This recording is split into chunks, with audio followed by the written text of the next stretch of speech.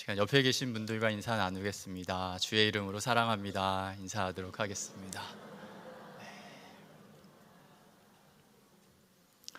네, 오늘 말씀은 포도원 품꾼 비유의 말씀입니다. 그 내용을 먼저 보시면은 한 포도원 주인이 나오게 됩니다. 주인은 포도원을 일한 일꾼들을 찾게 됩니다.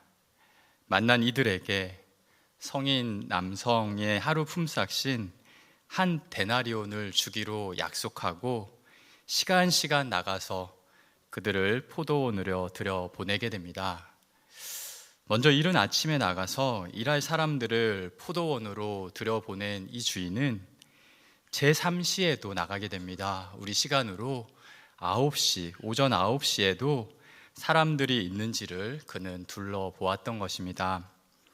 그렇게 나가 장터에 있는 사람들을 발견하고는 그들에게도 품삯을 주기로 하고는 그들에게 포도원에 들어가라 이야기를 하게 됩니다. 그리고 거기서 마무리를 한 것이 아니었습니다. 그는 제6시와 9시, 즉 정오에도 그리고 오후 3시에도 나가서 사람들로 하여금 포도원에 들어가서 일을 하게 합니다. 그리고 아직 끝이 아니었습니다. 그는 제11시에도 나가서 포도원에 들어가게 하는데 이 말씀을 한번 같이 읽어보도록 하겠습니다. 6절을 같이 읽어보도록 하겠습니다. 6절입니다. 제11시에도 나가보니 서 있는 사람들이 또 있는지라 이르되 너희는 어찌하여 종일토록 놀고 여기 서 있느냐. 여러분, 포도원 주인은 말씀드린 대로 제11시, 다시 말해서 오후 5시에도 나갔던 것입니다. 그들을 불러서 일하게 한다 하더라도 약 1시간밖에는 하지 못하지만 그는 그들로 하여금 포도원으로 들어가게 하였던 것입니다. 품꾼으로 쓰는 이가 없어서 하루 종일 일하지 못하고 있었던 그들을 드디어 일할 수 있도록 그는 도와주었던 것입니다. 이제 시간이 지나서 날이 저물고 일을 마칠 때가 되었습니다. 그때 주인은 청지기에게 일러서 일한 이 모든 품꾼들에게 삭슬 주라 명하게 됩니다. 청지기는 주인의 말을 따라 나중 온 자로 시작해서 먼저 온 자들의 순서로 삭슬 주기 시작합니다. 먼저 품삯을 받은 이들은 제일 나중에 왔던 제11시 오후 5시에 온 이들이었습니다. 사람들이 보니 그들이 한 데나리온을 받는 것이었습니다. 그러자 먼저 온 이들이 속으로 미소를 짓게 됩니다. 그들은 생각하였던 것이죠. 가장 마지막에 온 이 11시에 온 이들이 한 데나리온을 받고 있으니 자신들은 그보다 더 많이 받겠구나. 그들은 생각하였던 것입니다. 하지만 이어지는 상황은 그들의 생각과는 완전히 달라지게 됩니다. 그들이 받은 품삯이 이 11시에 받은 이들과 동일한 한 데나리온이었기 때문입니다. 더 품삯을 받을 거라 생각했기에 그들은 지금 이 상황이 마음에 들지 않았고, 그러자 이제 그들의 입에서는 주인을 원망하는 말이 나오게 됩니다. 12절을 제가 읽어보도록 하겠습니다. 나중 온 이 사람들은 1시간밖에 일하지 아니하였거늘 그들은 종일 수고하며 더위를 견딘 우리와 같게 하였나이다. 먼저 온 이들의 말입니다. 자신들이 하루 종일 무더위를 견뎌내며 일하였다 말하는 것입니다. 뜨거운 바람, 그리고 한낮에 그 무더운 날씨는 그들로 하여금 숨이 탁탁 막히는 그런 어려움을 주었고, 그들은 그 모든 수고를 인내하며 일을 하였던 것입니다. 나중 온 이들보다 훨씬 고생을 많이 했다는 것입니다. 그러기에 그저 1시간 일하면서 자신들과 같은 힘겨움을 경험하지 못한 그들보다는 자신들이 품삯을 더 받아야 한다, 그들은 생각하였던 것입니다. 여러분, 오늘 이 비유의 이야기는 그들을 향한 주인의 말 그 대답으로 끝이 나게 됩니다. 포도원 주인은 자신은 아무런 잘못이 없다 말을 하게 됩니다. 한 데나리온을 주기로 자신은 약속을 했고 그 약속을 지켰다 말하는 것이지요. 삭슬 주지 않았다거나 그리고 덜 주었다면 문제가 되었겠지만 약속한 그대로 주었기에 아무런 문제가 없다 주인은 말하였던 것입니다. 오히려 나중 온 이들에게 같은 품삯을 주는 것이 나의 뜻이고 자신은 그 뜻대로 한 것임을 그들에게 분명히 이야기하게 됩니다. 그러므로 불평하는 그들을 향하여 이제는 모든 일을 마쳤으니 돌아갈 것을 이야기하게 됩니다. 여러분, 예수님의 이 비유는 오늘 우리들로 하여금 여러 가지를 생각하고 또 깨닫게 해줍니다. 그것을 좀 나누고자 합니다. 여러분, 먼저 우리는 하나님께서 은혜로 불러주신 자들이라는 것입니다. 오늘 비유는 천국 즉 하나님의 나라와 관련이 있습니다. 함께 1절을 같이 읽어보도록 하겠습니다. 1절입니다.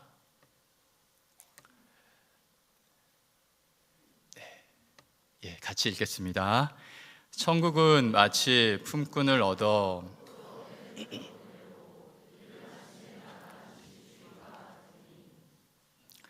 이 포도원을 하나님 나라로 비유, 그리고 하나님께서 말씀 속에 포도원과 같은 하나님 나라의 주인이 되심을 말씀해 주시는 것입니다. 그리고 그런 하나님께서 포도원의 품꾼을 찾으시고 불러주신 것과 같이 여러분과 저도 하나님 나라의 백성, 주의 일을 하는 자들로 우리를 불러주신 것입니다. 그때는 아침 이른 시간에서부터 제3시, 그리고 6시, 9시, 그리고 이 11시까지 모두 다를 수 있지만 같은 것이 있다면 우리 모두 하나님께서 은혜로 불러주셨다는 것입니다. 하나님이 아니시라면 장터에 머물며 그냥 서 있을 수밖에 없는 우리들이지만 하나님께서 부르시어 포도원에 들어가라 하시어 우리는 이렇게 들어갈 수 있게 된 것입니다. 요한복음 15장 16절과 같이 우리가 택한 것이 아니라 하나님께서 택하시고 세워 우리로 하여금 하나님 나라 구원의 백성들로 불러주신 것입니다. 이 세상의 학교나 직장과 같이 일정한 자격을 갖추어서가 아닌 하나님의 주권 그 선택과 의지로 우리를 부르시어 품꾼들이 포도원으로 들어가듯이 우리는 하나님의 백성들로 살아가게 되었고 또 하나님 나라 구원의 자리로 들어갈 수가 있게 된 것이지요. 미쁘신 하나님, 선하시고 인자하신 사랑의 우리 하나님은 우리들이 제3시 또 6시 9시가 아닌 제11시에 있는 이들이라 할지라도 외면하지 않으십니다. 하루가 맞춰가는, 그래서 낙심하고 염려하고 있는 우리를 향해서 오늘 포도원의 주인과 같이 말씀하여 주시는 것입니다. 너희가 어찌하여 종일토록 여기 있느냐 말씀하시면서 주님은 우리에게 다가오시는 것이지요. 오늘 말씀처럼 아무도 쓰는 이가 없어서 낙심하고 있는, 다시 말해서 우리 삶이 내 마음대로 되지 않으며 때론 꼬이고 꼬여 풀려고 애를 쓰지만 쉽지 않을 때, 그래서 답답해하고 더 나아가 모든 것이 망쳐져 버린 것과 같이 느끼며 그렇게 살아가는 우리들에게도 하나님은 은혜를 베풀어 주시는 것입니다. 위로해 주시고 또 우리로 소망 중에 살아갈 수 있도록 약속하여 주시는 것이지요. 하나님의 선물이요 또 은혜요 약속을 주셔서 믿음으로 살아갈 수 있는 용기를 허락해 주시는 것입니다. 예수님은 밤이 새도록 수고하였음에도 빈배로 돌아와 빈손으로 돌아가야 하는 베드로를 찾아오셨습니다. 힘없이 그물을 씻고 정리하는 베드로에게 예수님은 깊은 곳에 가서 그물을 내려서 고기를 잡으라 말씀하시고 또 그물이 찢어지고 그 2배에 가득할 만큼 가득히 고기가 잡히는 것을 보여주시게 됩니다. 그러면서 그 상황에 놀란 이 베드로와 그리고 함께 동업하고 있는 야고보와 요한에게 예수님은 무서워하지 말라, 이제 후로는 내가 사람을 취하리라 말씀하시며 그들을 예수님의 제자로 불러주셨던 것입니다.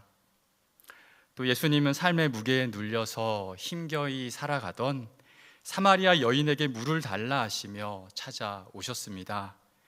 어찌하여 유대인이 사마리아 여인인 나에게 물을 달라 하나이까 냉담하였던 그녀에게 예수님은 메시아 그리스도가 자신임을 알게 하시고 또 그녀로 하여금 영원히 목마르지 아니하는 그 물을 알게 하시어 새로운 소망 안에 살게 하여 주셨던 것입니다.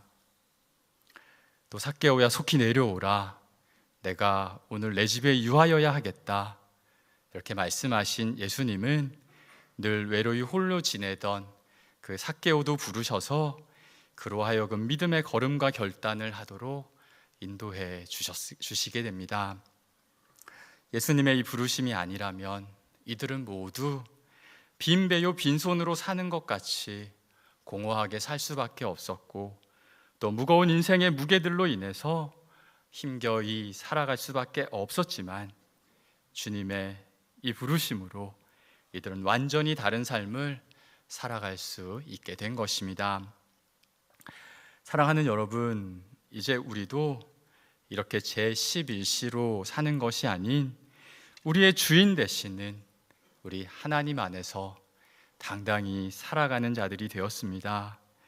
예수님의 부르심에 급히 나무를 내려와 기뻐하며 즐거워하며 예수님을 영접한 삭개오처럼, 또 귀히 여기던 자신의 물동이를 버려두고는 자신을 부르신 예수님을 전하려 동네로 뛰어간 사마리아 그 여인처럼, 그리고 이제 후로는 너희가 사람을 위하리라 예수님의 부르심에 배들을 육지에 대고 모든 것을 버려두고 예수님을 따른 이 베드로를 비롯한 예수님의 제자들처럼 우리도 살아갈 수 있게 된 것입니다.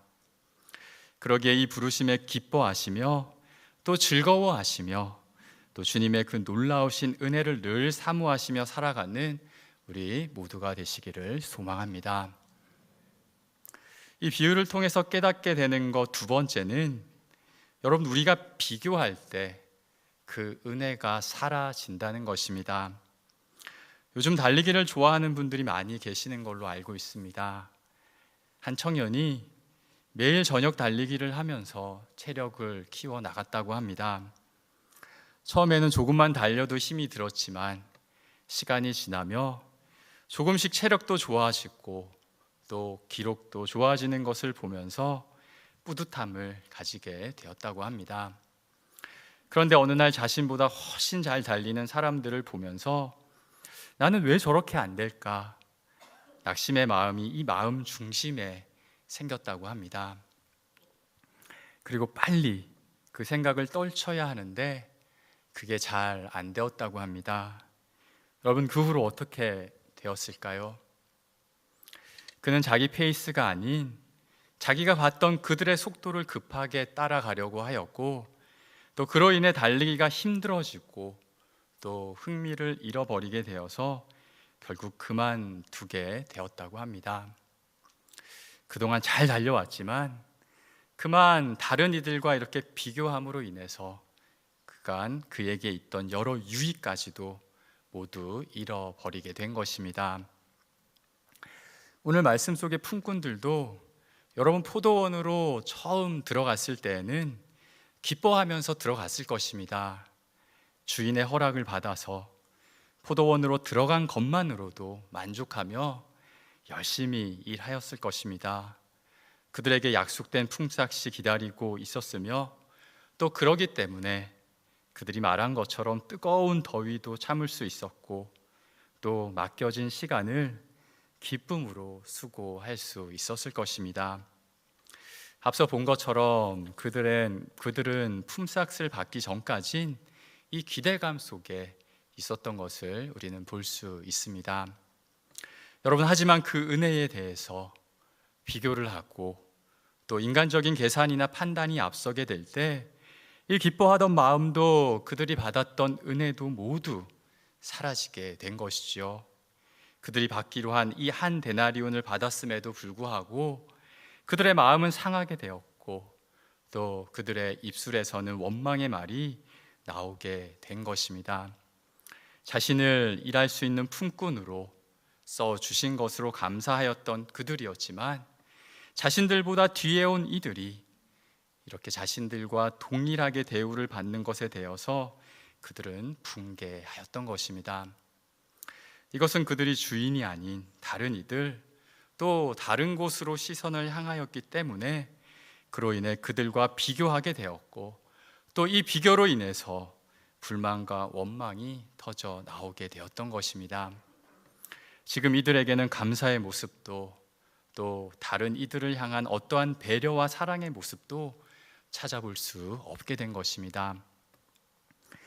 여러분, 예수님의 제자들에게도 이런 일이 있었습니다. 야고보와 요한이 예수님에게 주의 영광 중에 우리를 하나는 주의 우편에 하나는 좌편에 앉게 해 주옵소서 요청을 한 적이 있었습니다. 그들은 예수님의 제자로 지금 예수님과 함께 하고 있지만 예수님을 바라보기보단 다른 제자들 그리고 또 나아지려는 마음, 그들보다 나아지려는 마음이 앞섬으로 인해서 이렇게 그들에게 구원을 베풀어 주실 예수님에 대해서도 오해를 하고 또 제자들 사이도 금이 가게 하는 잘못을 범하고 말게 됩니다. 사랑하는 여러분, 그러므로 우리의 옆이 아닌 또 다른 이들이 아닌 늘 우리와 함께 하시고 또 우리에게 놀라운 은혜를 주신 하나님, 우리 주님을 우리는 온전히 바라보아야 하는 것입니다. 그럴 때 받은 그 은혜를 굳게 지키며 우리는 살아갈 수 있게 되는 것이죠. 우리의 이 은혜는 여러분 다른 어떤 것과도 비교할 수 없이 크고 놀라운 것입니다. 주신 은혜의 귀함을 이 귀함을 믿음으로 고백하시고 또 남과 비교하기보단 주신 그 은혜에 대한 감사의 크기를 더 키워가시고 키워가시는 우리 모두가 되시기를 간절히 축복합니다. 마지막으로 이제 우리는 받은 은혜를 충성으로 또 섬김으로 사랑으로 바꿀 수 있어야 합니다. 함께 마태복음 20장 16절을 같이 읽도록 하겠습니다. 20장 16절입니다.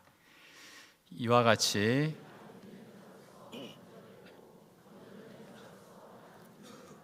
아멘.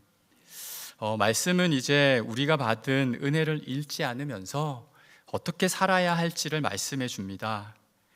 받은 은혜를 인간적인 방법으로 사라지게 하는 것이 아니라 그 은혜를 통하여 우리의 주인 되시는 하나님의 뜻을 우리는 이루어 가야 하는 것입니다. 오늘 비유 속 품꾼들은 이 주인의 뜻을 잘 알지 못하였습니다. 먼저 온 이들이 불만을 가졌던 나중 온 이들이 동일히 대함을 받는 것, 다시 말해서 이 나중에 온 이들이 자신들과 같이 대우를 받은 것에 함께 기뻐하고 또 즐거워하는 것이 주인의 뜻이었음을 그들은 알지 못하였던 것입니다. 그렇습니다. 마찬가지로 우리의 주인 되시는 하나님의 이 뜻을 우리도 알고 우리는 이를 이루어 가야 하는 것입니다. 인자하시고 또 긍휼이 많으신 우리 하나님은 우리도 다른 이들을 섬기고 사랑하며 살 것을 원하고 바라시고 계시는 것입니다. 또한 하나님께서 우리에게 베풀어 주신 것과 같이 하나님의 사랑 또 그 구원의 은혜를 우리도 충성되이 다른 이들에게 전할 것을 하나님은 바라고 계시는 것이지요. 하나님은 이것을 위해서, 다시 말해 일할 곳을 찾아 방황하며 사는 이 땅의 백성들을 섬기기 위해서 또 그들을 위해서 자기 목숨을 대속물로 주게 하기 위해서 예수님을 보내주셨던 것입니다. 그리하여 우리 주 되시는 예수님을 믿으며 삭개오와 같이 욕심을 부리고 빼앗는 자가 아닌 자신의 것을 나누는 자로 살 때, 또 여러분 사마리아 여인처럼 또 베드로와 다른 제자들 사도들처럼 우리가 복음을 전하며 섬김의 삶을 힘쓰며 살 때 우리는 나중된 자로 살지 않을 수 있게 되는 것입니다. 우리는 더 수고하고 또 여러분 우리는 더 충성하는 자들로 살아가야 하는 것입니다. 내가 더 했다고 그러면서 남들과 같은 대우를 받았다고 이 비유 속 품꾼들과 같이 억울해하고 불평하는 것이 아니라 우리 주님을 위해서 또 더 애쓰고 수고할 수 있는 것에 기뻐하고 또 감사하는 우리들이 되어야 하는 것입니다. 뜨거운 햇볕이 내리쬐는 힘겨움이 있고 또 바울과 같이 매를 맞고 감옥에 갇히고 풍랑을 만난다 하더라도 여러분 사랑으로 또 섬김으로 또 충성스러이 살아간다면 우리도 기뻐할 수 있는 바로 그러한 모습으로 기뻐하며 살아갈 수 있는 우리들이 되어야 하겠습니다. 여러분 마지막으로 바울의 고백을 함께 읽고 말씀을 마치려 합니다. 말씀 고린도전서 15장 10절입니다. 같이 한번 읽어보도록 하겠습니다. 그러나 내가 나된 것은 하나님의 은혜로 된 것이니 내게 주신 그의 은혜가 헛되지 아니하여 내가 모든 사도보다 더 많이 수고하였으나 내가 한 것이 아니요 오직 나와 함께 하신 하나님의 은혜로다. 아멘. 오늘 말씀과 같이 바울은 하나님의 은혜로 살았음을 고백하는 것입니다. 모든 사도들보다 더 수고하며 은혜를 충성과 섬김과 사랑으로 바꾸었습니다. 그는 이렇게 고백하고 있는 것이지요. 내가 복음을 위해서 힘써 달려갔습니다. 그는 고백하고 있는 것입니다. 그리고 또 그는 고백합니다. 그렇게 한 것이 내가 억울한 것이 아니요 자신에게 주어진 바로 또 다른 은혜였음을 그는 고백하는 것입니다. 바로 이렇게 또 다른 은혜, 하나님께서 은혜를 주셔서 그 주신 은혜를 가지고 내가 표대를 향하여 힘써 달려 나아갔더니 이렇게 더 크고 풍성한 은혜를 받게 되었습니다. 그는 고백하게 되었던 것입니다. 사랑하는 성도 여러분, 이것이 우리 삶의 주인 되시는 하나님의 법칙인 것입니다. 우리에게 주신 은혜를 충성스러이 쓰면서 우리가 사랑으로 섬김으로 나누지만 결국 그 은혜는 사라지지 않고 더 풍성해지고 풍성해지는 것이지요. 사랑하는 성도 여러분, 이것을 기억하시며 하나님께서 주신 이 은혜에 늘 감사하시며 또 우리 주님 집에 충성스러운 종들로 날마다 살아가시기를 주의 이름으로 간절히 축복합니다. 기도드리겠습니다.